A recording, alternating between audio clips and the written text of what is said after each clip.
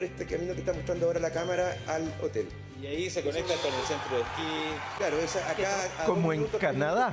¿Ah? Ya se conecta con el primer andarivel. Como en Canadá, claro. Como Es un resort de montaña. ¿Ha viajado usted, doctor? Oye, pero qué precioso el lugar, están todas las condiciones para que la gente no se preocupe de nada. Oye, qué lindo lugar, Rodrigo. Muchas gracias por mostrarnos este espectáculo maravilloso de la naturaleza, recién partiendo el día. Ustedes sigan disfrutando, pero nos mantenemos conectados porque vamos a volver contigo. Y para que encuentren a Don Lucho, ahí a lo mejor a la vuelta vemos la cascada, así que Sí. vayan a buscar a Don Lucho. Pero de estas maravillas de nuestro país, Pri, cosas hermosas que nos llenan de orgullo, tenemos que ir a cosas que nos decepcionan, Anita. Cosas que están pasando. Buenos días, Claudio, Cristian, qué gusto que están acá porque hay mucha información que revisar. Ayer se lo adelantábamos, era inminente la captura de Martín de los Santos. Acompáñame a revisar el siguiente titular porque detienen a Martín de los Santos en Brasil.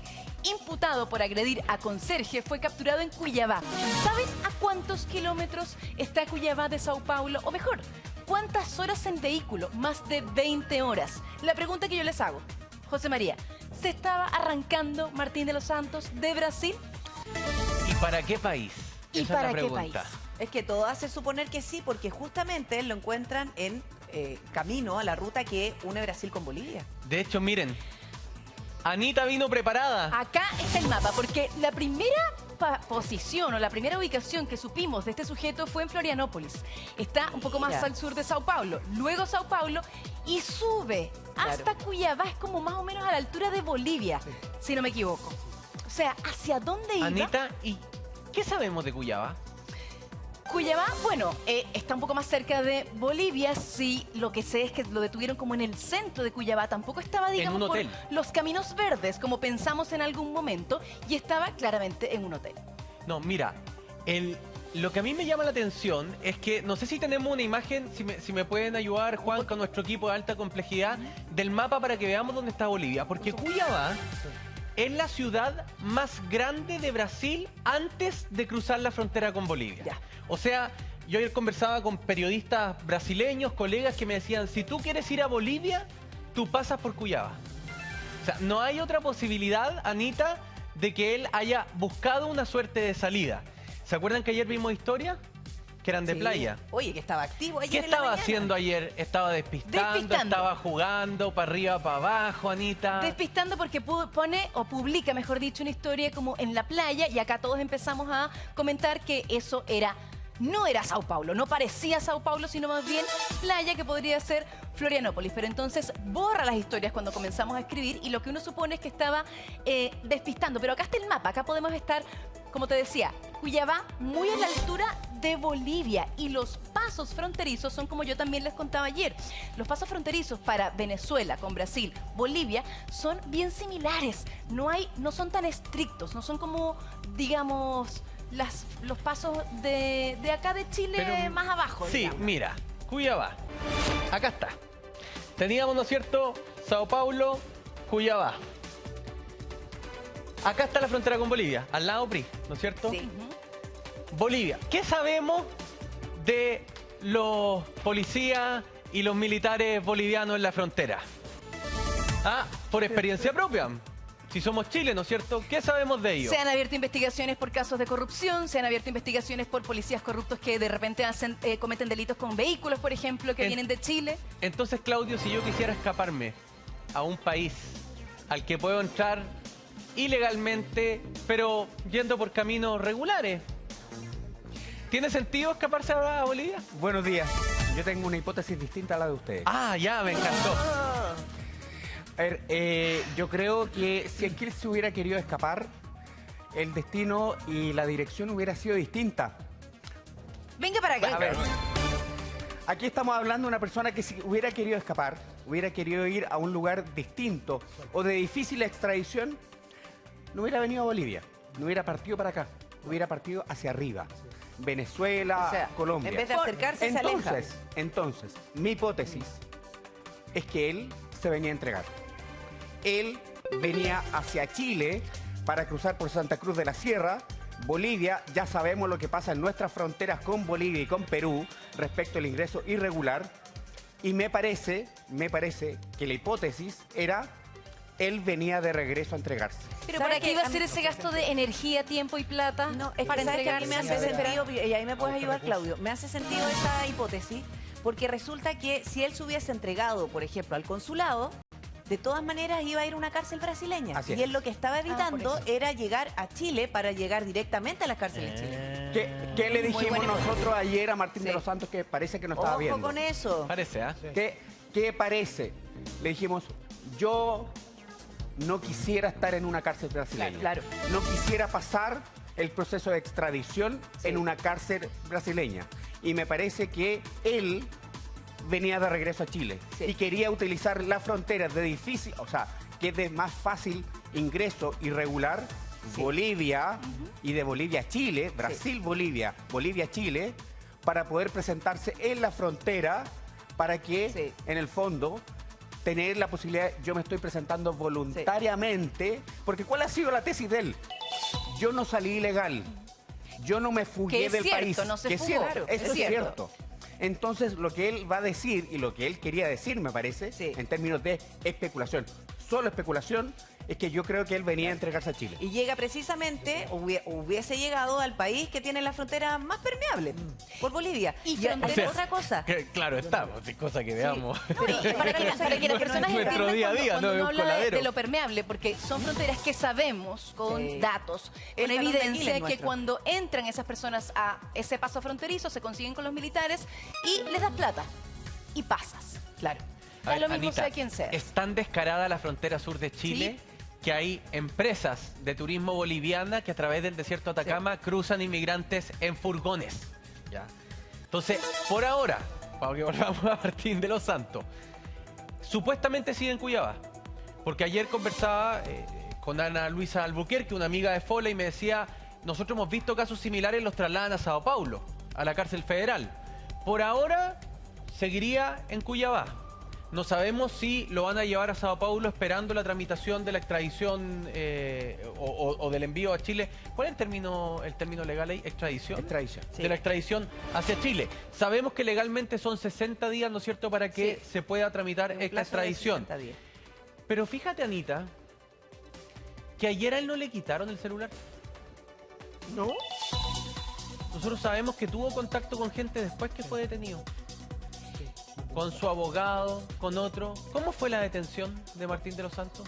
Bueno, lo que se entiende que fue en horas de la tarde y fue en Cuyabá, en el centro de Cuyabá, que es lo que repito, uno pensaba que estaba, digamos, en los alrededores o en los caminos verdes, no, fue en el centro de Cuyabá, se entiende que fue en un hotel de esa zona y fue en contacto, o un trabajo de la Policía Federal de Brasil, en contacto con la Policía de Investigaciones también. Lo que se sabe es que minutos antes también de esa detención, publica y acusa venganza de las personas que lo están funando o de las personas que han hablado mal de él y lo dice públicamente a través de sus redes sociales. Ahora, ayer, mira, si no... Sí, Cristian. Es que Cristian Hola. se ríe nomás. La verdad es que este caso tiene algunos aspectos, no el origen, Sí. pero lo Sí, que ha venido obviamente. después casi tragicómico. Sí, yo tengo otra hipótesis. Porque Otra. Ya. Me gustó. Pase por acá, por pasa, favor. lo que pasa que, bueno, este caso va para mucho, ¿ah? Pero yo creo que él no se venía a entregar. Yo creo que él quería seguir huyendo y si venía por Bolivia, iba a entrar por un paso irregular hacia nuestro país a buscar recursos económicos para poder viajar a otro país. Eso es lo que yo creo. Oh, Ahora, ojo, un dato, recordemos... un dato, para aportar.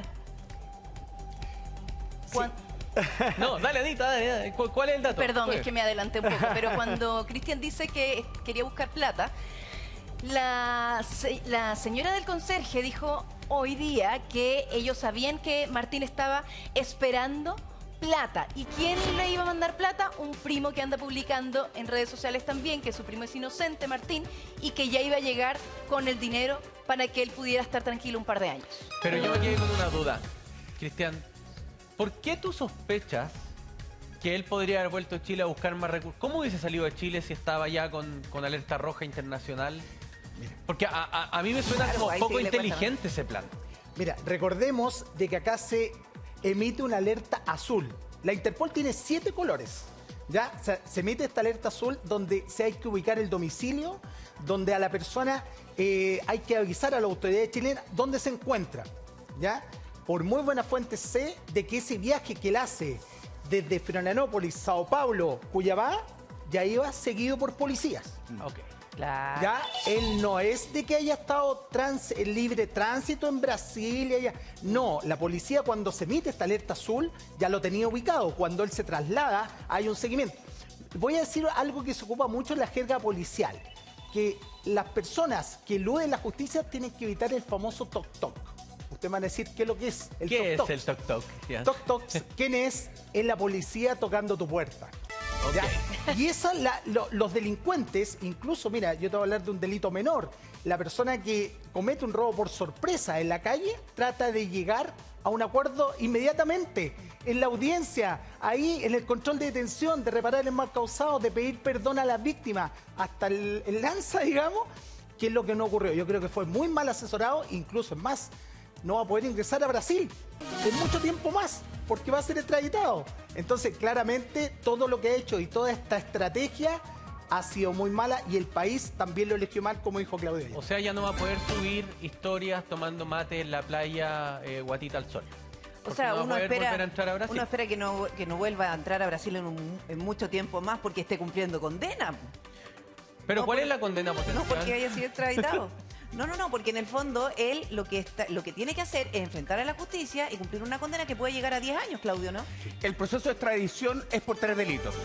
Lesiones graves, maltrato de obra carabinero y amenazas.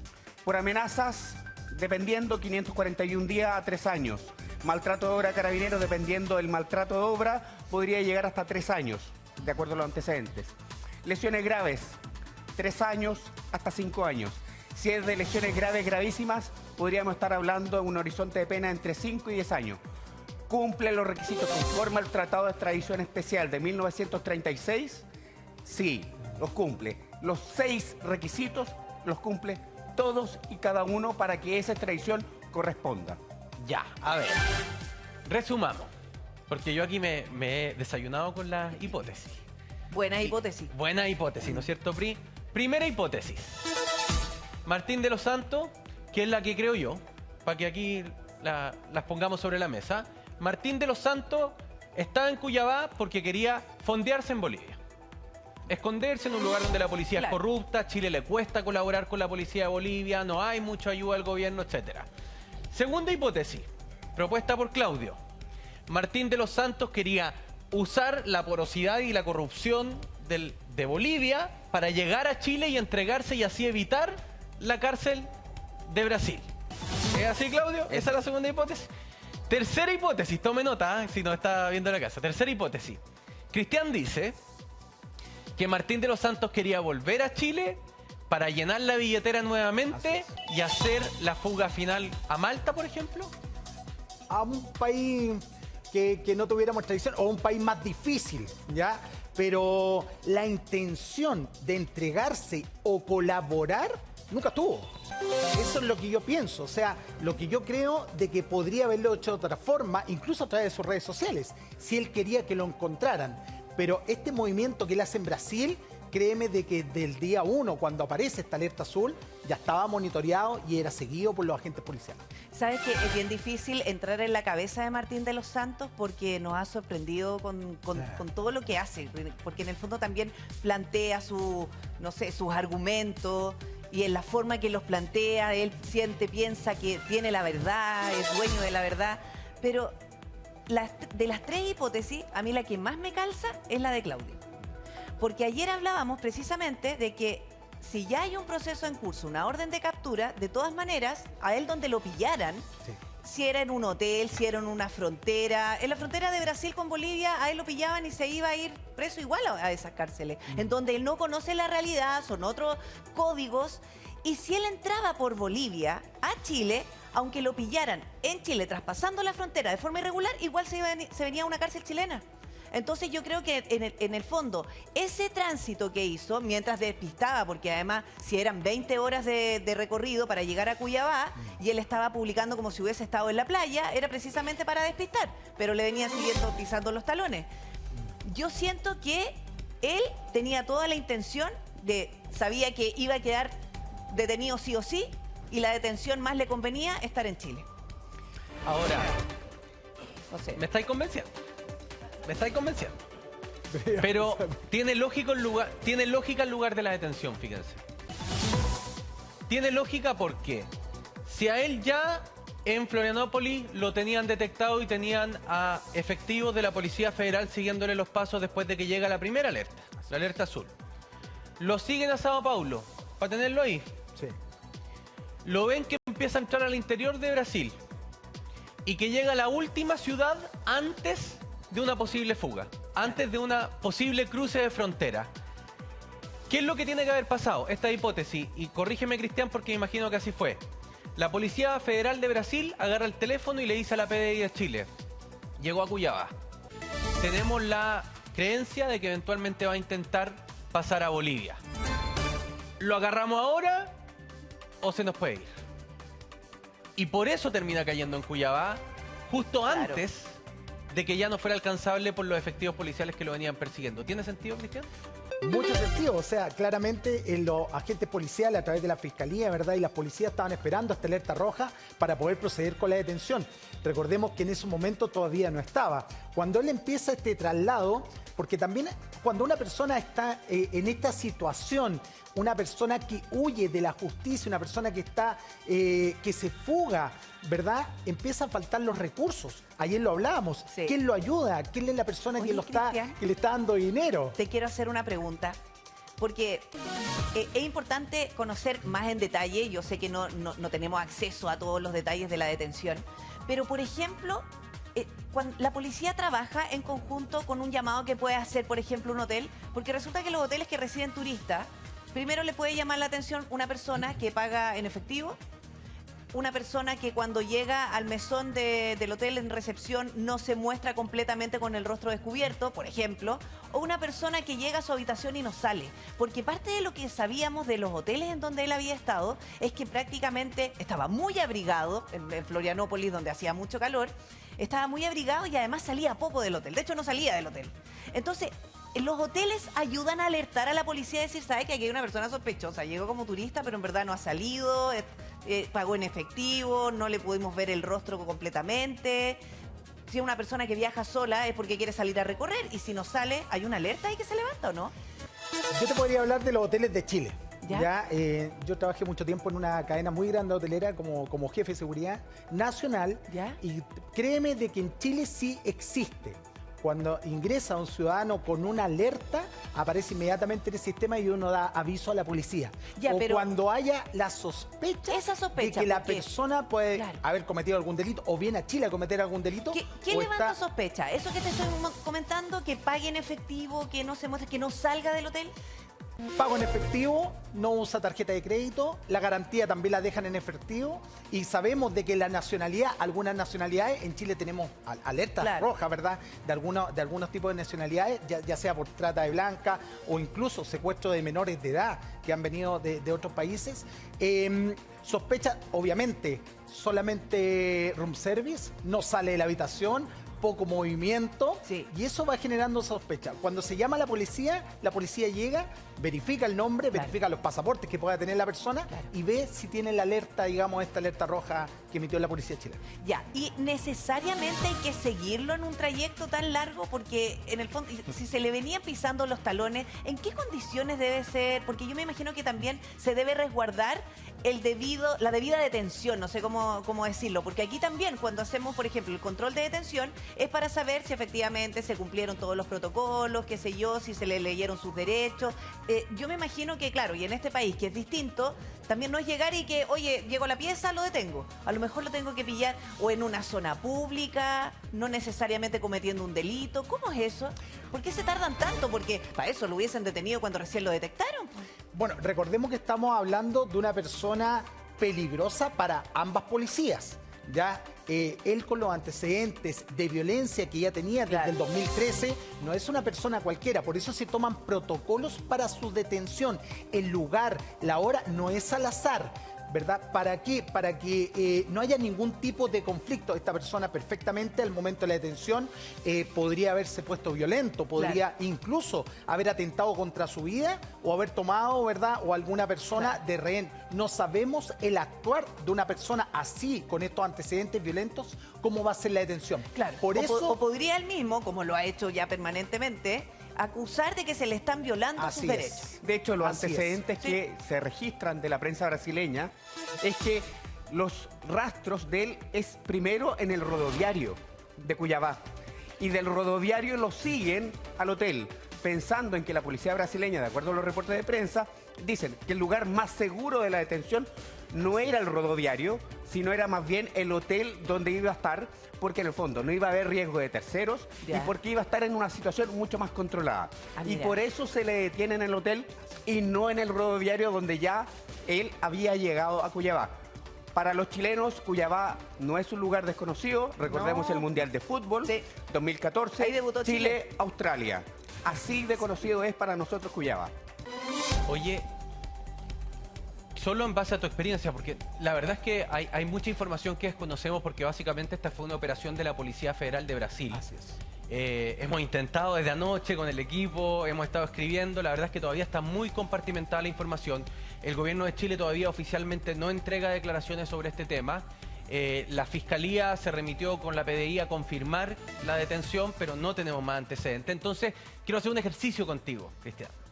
¿Cómo te imaginas tú que fue todo este camino hacia capturar, cuando tú nos dices, yo tengo certeza de que estaba siendo perseguido? ¿Cómo es una operación así? Los detectives van, como lo vemos en las películas, ¿no? Así en una es. camioneta atrás, con jockey, que no los vean, siguiendo. ¿Cómo te imaginas tú que fue todo este seguimiento que le realizaron a Martín de los Santos? Bueno, la realidad supera la ficción. ¿Ya? Y claramente es así, como tú hablas, como las películas, el seguimiento a distancia, incluso es más, un policía podría haber ido con él arriba del bus. Por experiencia propia, yo el año 97 deporté a un ciudadano boliviano en bus desde Valparaíso a Bolivia, a Colchane, esposado en mi puño y puño del ciudadano boliviano. En ese tiempo no había muchos recursos y claramente es así. O sea, la policía tiene que hacer este seguimiento. ¿Para qué? Para resguardar la integridad de la persona, la integridad de los terceros.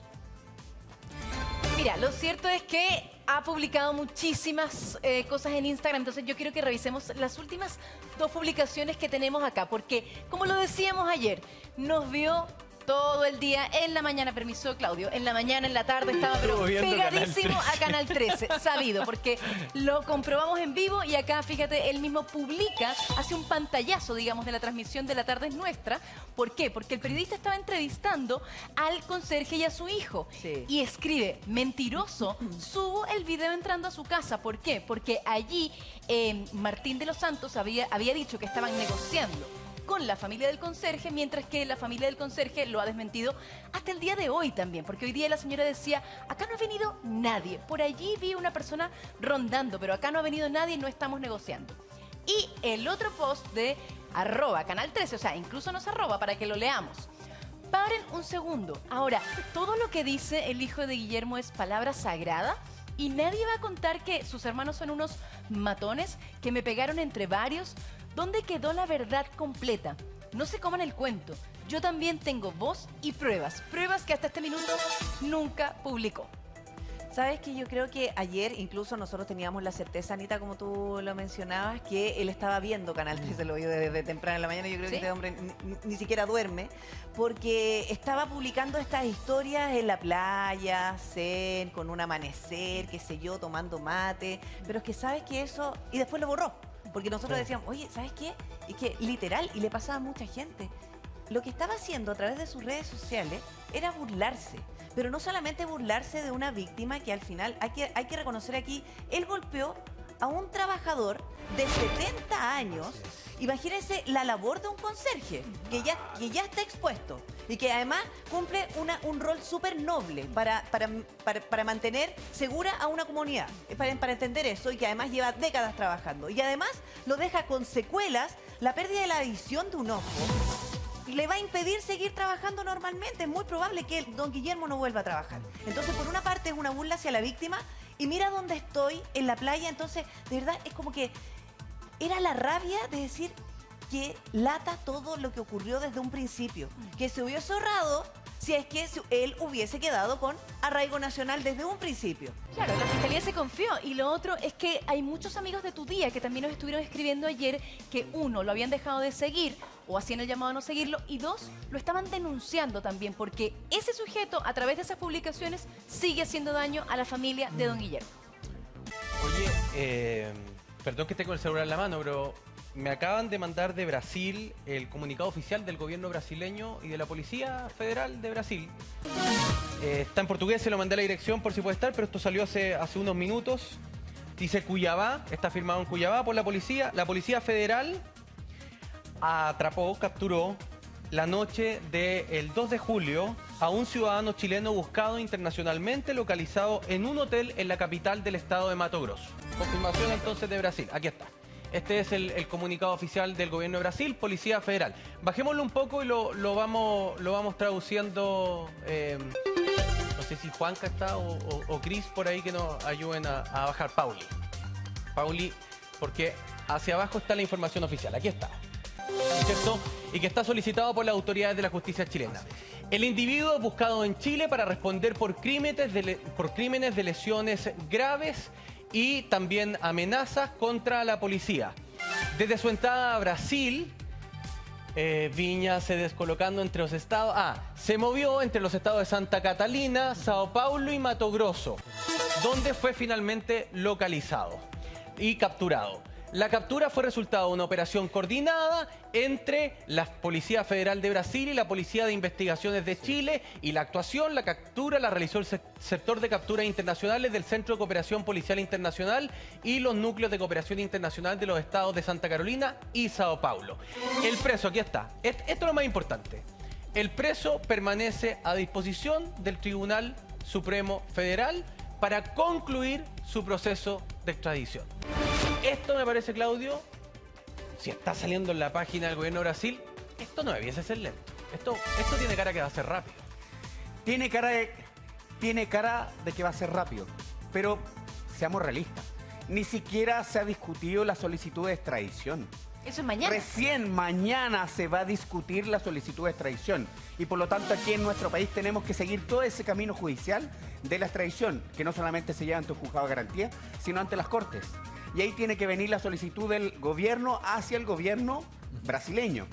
Entonces esto no estamos hablando de días, aquí estamos hablando de semanas, sino meses, donde esta persona va a estar detenida en Brasil. En una cárcel brasileña. En una cárcel brasileña, y si es derivado al Tribunal Federal, esto es entiendo, del Estado Federal de Mato Grosso, y por lo tanto en ese Tribunal Federal debiera ser discutida o tramitada la solicitud de extradición. O en Santa Carolina o Sao Paulo. No sabemos de dónde emana, quién tiene la jurisdicción en este caso, ¿no? Es que es el punto. Lo que hay que determinar dónde se va a tramitar la solicitud de extradición, y no solamente eso.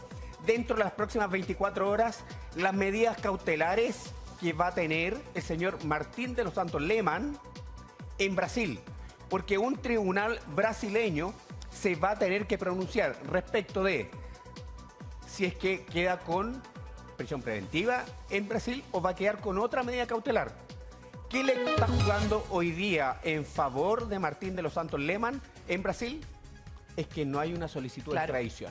Claro, y eso es lo que se iba a discutir mañana. O sea, solamente hay una orden de captura, pero no solicitud de extradición. Eso quiere decir que tienen la facultad de detenerlo, pero nadie lo mueve de él. Entonces, no, pero perdón, Claudio.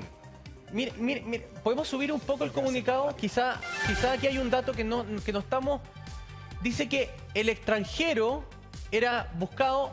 Aquí dice que hay una orden de extradición que fue expedida por el Tribunal Supremo de Brasil a la policía.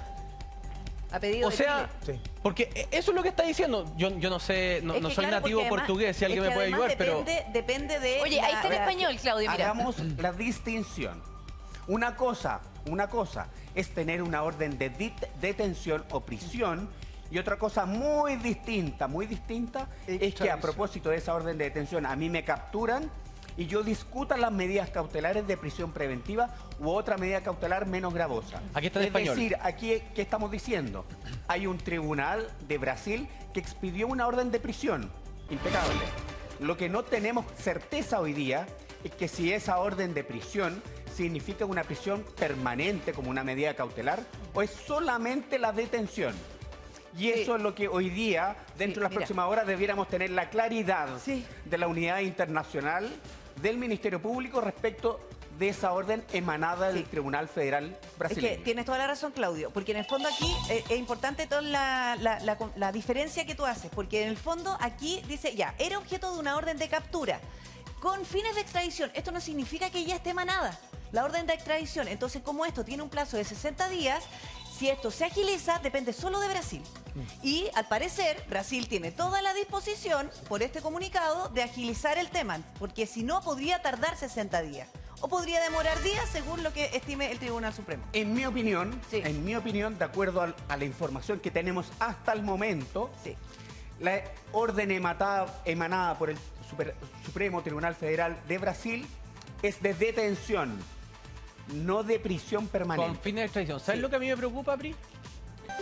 Que resulta que Martín de los Santos, ayer, en la mañana, que estaba viendo Tu Día, ¿no es cierto?, estaba muy paz y amor. Estoy arrepentido. Quiero reparar. Acuérdate, hashtag perdón, don Guillermo. Hashtag perdón, don Guillermo. ¿No es cierto? Después en la tarde, como los medios empezamos a mostrar cosas que parece que no le gustan, se puso desafiante con el canal. ¿No es cierto? Sí. ¿Y se le pasó el arrepentimiento, Anita María? No, pero es que es realmente porque republica, digamos, este post de Canal 13 y de La Tarde es Nuestra, porque a esa hora, 15:37, estaba hablando el periodista con la familia y con el conserje también. Entonces, lo que estaban conversando en ese despacho en vivo que él publica es que efectivamente no había ninguna negociación extrajudicial o por el lado con la familia y Martín de los Santos. Y allí él se enfurece, publica esto con la palabra mentiroso, subo el video entrando a su casa. No lo subió. Se refiere al video de algún emisario que estuvo en casa del conserje con la familia para negociar. Y eso lo enfureció y publicó este mensaje pantallazo de nuestra transmisión en vivo. ¿Sabes qué? Pero mira, por eso es muy difícil. A ver, sigue con él. Sí, quería volver a hablar de este mensaje porque @Canal 13, o sea, nos hace un llamado en sus redes sociales. Si este sujeto es un peligro al teléfono. Hola, Martín. Ah, no, ¿verdad que ahora está? No, ya no, debe tener, claro. Paren un segundo. Ahora, todo lo que dice el hijo de Guillermo es palabra sagrada y nadie va a contar que sus hermanos son unos matones que me pegaron entre varios. ¿Dónde quedó la verdad completa? No se coman el cuento. Yo también tengo voz y pruebas. La señora de don Guillermo, respecto a estos mensajes, respondió y dijo: mi marido nunca ha incurrido en violencia intrafamiliar, porque también lo dijo, mis hijos no le han pegado a nadie y acá no ha venido a negociar ningún emisario. ¿Sabes qué a mí me llama la atención, Anita? Que en el fondo están... Y me va a encontrar la razón de usted, doctor. Porque resulta que lo que veíamos ayer en esta imagen, cuando empieza a gritarle a la jueza, en ese minuto cuando decía él, usted se está dejando llevar por lo que dicen los medios de comunicación, ¿cierto? Y resulta que esta persona está tan desenfocada que piensa que él se tiene que defender a través de las redes sociales. Entonces, si él tiene pruebas, si él lo pegaron, si él y dice que no, que ha tratado de llegar a acuerdo, que él no sé qué y que quiere pedir perdón con su hashtag perdón, don Guillermo, hágalo en la justicia, no a través de las redes sociales. Y que, ojo, Claudio explicaba también que el tema de negociar con la familia también va a tener un resultado determinante en su condena. Por eso es tan importante la discusión. Es que la familia ha sido muy categórica. Nosotros no vamos a negociar una salida alternativa con Martín de los Santos. ¿Qué pasa si ellos negocian? Si es que ellos negocian, yo creo que cree la defensa que van a poder tener una salida alternativa. Pero por los delitos por los cuales está o va a ser imputado en la reformalización, es imposible llegar a una salida alternativa. Doctor. ¿No les llama la atención el comportamiento de esta persona? Es errático, ¿no? Todo el tiempo nos llama la atención. Hay algo en la conducta. Si usted está tratando de huir de la policía, se pone a chatear y enviarle comunicados a los medios de comunicación. Está viendo la televisión todo lo que dicen. Usted, sin tener una red de apoyo de delincuentes internacionales que se empieza a mover entre diferentes países, etcétera, aquí hay una tendencia, ¿no es cierto?, a manipulación. Absolutamente. Hay cambios de carácter con reacciones impulsivas y hay también una grandiosidad donde él se trata de cuidar su imagen y aparecer como un personaje, ¿no es cierto?, digno de admiración, y cuando alguien toca, aunque sea levemente su imagen, él reacciona de inmediato. Ojo, aquí hay carácter. Hay detalles que muestran un comportamiento normal de una persona que es bastante peligrosa, podría ser un psicópata. Es que, doctor, pero, yo tengo una pregunta, porque ¿qué tan desestabilizada puede estar una persona como él cuando está enfrentando tremendo problema judicial por la agresión, para ofrecer sus servicios como influencer en medio de una orden de captura internacional? Bueno, ahí lo que ocurre es que lo que él percibe, y él se percibe a sí mismo, no tiene empatía por el otro, no ve la importancia de que el otro esté herido, de que haya una sensación social de preocupación por un adulto mayor que en funciones de trabajo es golpeado y queda con secuelas que pueden ser permanentes. Y en medio de eso, él dice, por el contrario, él ve que está siendo objeto de atención, que mucha gente lo está viendo, incluso... Y eso alimenta su ego. Claro, y incluso pueden aumentar sus seguidores y dice, bueno, aquí hay una oportunidad. Algo funciona en su mente, ojo, no le impide diferenciar el bien y el mal. Él sabe que cuando le hace daño a alguien, le está haciendo daño, pero no le importa. Doc, ¿a eso se le llama una personalidad narcisa?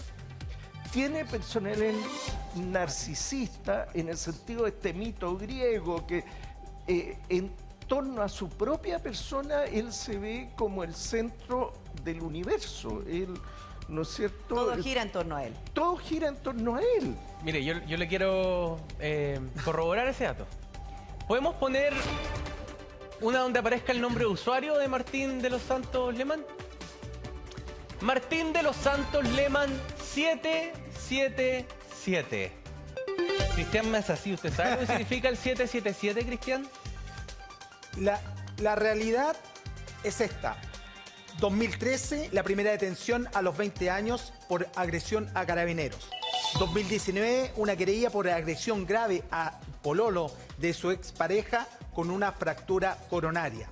2021, una riña en Pichilemu donde una mujer expolola fue agredida. 2023, detenido por porte de marihuana, 12,9 gramos. 2023, 12,9 gramos. exacto, de marihuana. 2023, ingresa a un domicilio golpeando a un hombre, donde llegaron a un acuerdo extrajudicial por 9 millones de pesos, salida alternativa. 2025, incidente en Casino de Colchagua con los guardias de seguridad, donde le provocó lesiones. 2025, golpeó a un trabajador de la empresa CGE cuando le fueron a cortar la luz. Lo golpeó y le rompió su camioneta. Colegio, bueno, sus compañeros también hablaron, compañeros de colegio, donde ellos dijeron de primero a cuarto medio, donde él estudió, no lo voy a decir, quería entrar a la escuela naval, esa era su pretensión, y ellos lo catalogan desde muy temprana edad, desde los 20, como una persona extremadamente violenta. Esta es una información pública que lo han dicho sus más cercanos, ¿verdad? Y esto es la realidad. Estamos hablando, como decía el doctor, de una persona con varias personalidades. Estamos enfrente de una persona que no tiene empatía por lo que hizo, donde a don Guillermo, ¿verdad?, le truncó su vida para siempre. Esa es la persona. Entonces, cuando él se quiere victimizar o cuando alguien quiere pensar de que él es la víctima en colocar él es un mentiroso, eso a mí me da mucha rabia. Pero eso es lo que da rabia, porque con todos esos antecedentes, que son antecedentes policiales, no son condenas. Como no tiene condenas, es irreprochable conducta anterior, ¿o no, Claudio? Cuando él se enfrenta a una audiencia, yo me imagino que no se consideró, porque es un peligro para la sociedad, entendiendo todo su historial. Pero ahí hay acuerdo reparatorio, ¿no? Que contrasta con lo que nos estaba explicando José María, porque el nombre... Eso. Sí, sigamos con eso. Sí, mira. 777. Ya leímos el historial. Sí. Y uno se dice, ¿cómo una persona que comete esto sigue reincidiendo? El número 777 es el número opuesto al 666. El 666 es el número que se vincula al diablo, La ¿no es cierto? Al bestia. infierno.